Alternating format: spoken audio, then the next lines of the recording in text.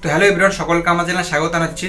তো এর আগে আমি একটা আউজো কোম্পানির স্পিকার নিয়ে ভিডিও বানিয়েছিলাম, যেখানে আমি বলেছিলাম যে আউজো কোম্পানি Y35 গ্রেডের ম্যাগনেট দিয়ে স্পিকার তৈরি করছে, আর অন্য কোম্পানি Y35 গ্রেডের ম্যাগনেট দিয়ে স্পিকার তৈরি করছে। তো আমরা অন্য কোম্পানির স্পিকার নেবো, আউজো কোম্পানির স্পিকার কেন নেবো? তো আজকে আমি তোমাদেরকে বলবো যে কেন নেব না, আউজো কোম্পানির স্পিকার আমরা কেন নেব না। ঠিক আছে, এইটা নিয়ে আজকে আমি তোমাদেরকে বলবো, আর কেন নেব, আর নিলে কেন ভালো হবে, আর অন্য কোম্পানির স্পিকার নিলে কেন ভালো হবে না, সেই সব কিছু আজকে আমি তোমাদেরকে বলবো প্লাস দেখাবো। তো চলো ভিডিওটা শুরু করা যাক।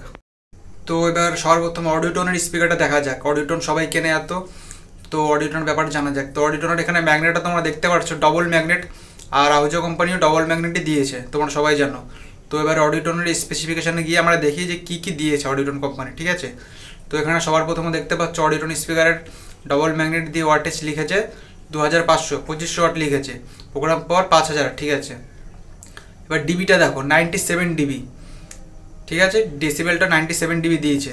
তো এবার আসে মেন জায়গায় এখানে দেখো কি লেখা আছে, বিএল ফ্যাক্টর 31। বুঝতে পারছো, ডবল ম্যাগনেট দিয়েছে, লিখেছে আবার 2500 ওয়াট আরএমএস, আবার লিখেছে প্রোগ্রাম পাওয়ার 5000, তার উপরে বিএল ফ্যাক্টর 31। তাহলে কতটা কম বিএল ফ্যাক্টর দিয়েছে।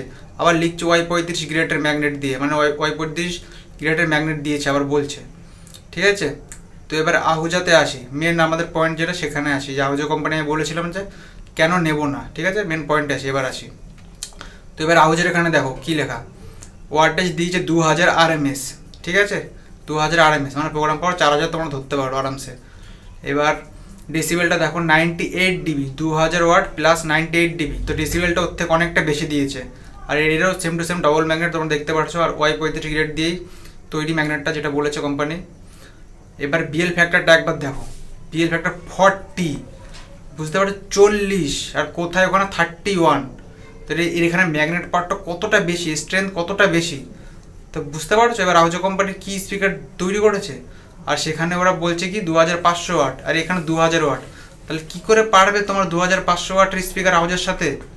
বোঝা গেছে, আউজো কোম্পানি যদি এখানে 2000ও লেখে না, ওর ওখানে 5000 লিখেছে প্রোগ্রাম পাওয়ার। এখানের এই আউজো কোম্পানি চাইলে 6000 7000 লিখতে পারতো প্রোগ্রাম পাওয়ার, কারণ এর ম্যাগনেট পার্টটা প্রচণ্ড বেশি ওদের থেকে, কোথায় 30 31 আর কোথায় 40। বোঝা গেছে। তো এবার তোমাদের আমি একটা 21 ইঞ্চি স্পিকারের বিএল ফ্যাক্টর দেখাবো, যে 21 ইঞ্চি স্পিকার মানে খুব ভালো একটা স্পিকার, ভালো ম্যাগনেট দিয়ে তৈরি, অ্যালনিকো ম্যাগনেট দিয়ে। তো সেটারও বিএল ফ্যাক্টর তোমাদেরকে দেখাবো, তাহলে বুঝতে পারবা যে এই 18 ইঞ্চি স্পিকারটার কতটা পাওয়ার একটা 21 ইঞ্চি স্পিকারকে টক্কর দিয়ে দেবে।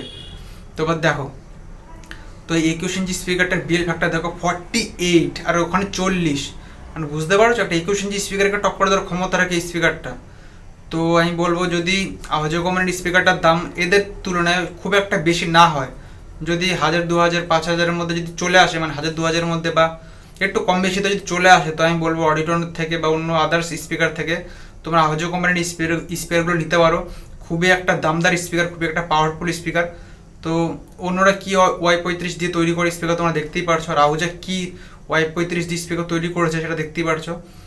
তো আশা করছি তোমাদের ভিডিওটা ভালো লেগেছে। কিছু বলার থাকলে তোমরা কমেন্টে জানিয়ে দাও, আর চ্যানেলে সাবস্ক্রাইব করতে একদমই ভুলো না, আর লাইক করে দাও। আর চলো দেখা হচ্ছে নেক্সট ভিডিওতে।